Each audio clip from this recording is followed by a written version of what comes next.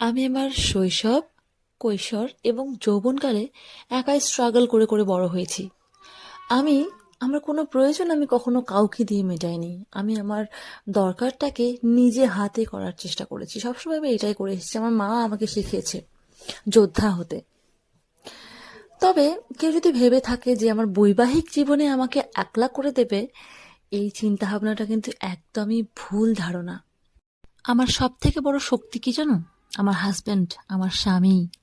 যে কখনো আমার গায়ে হাত তোলা তো দূরের কথা, সে আমাকে মাথায় করে রাখে। আর অন্য কোনো নারীর সাথে সম্পর্ক তো আরো দূরের কথা। যাদের হাজবেন্ড পাত্তা দেয় না, গায়ে হাত তোলে, কিটির কিটির ব্যবহার করে, ভালোবাসে না, ভালোভাবে রিলেশনশিপ রাখে না, ফিজিক্যাল রিলেশনশিপ রাখে না, ভালো করে সুখ শান্তি দিতে পারে না, মানসিক বলো ফিজিক্যাল বলো, তারাই কিন্তু অন্যদেরকে কষ্ট দেওয়ার জন্য ফোন দিয়ে আটে, কারণ তাদের কাছে প্রচুর সময় রয়েছে। আমার কাছে না ফ্যামিলি, ইউটিউব, মেয়ে ছাড়া না কোনো সময়ই নেই ফালতু।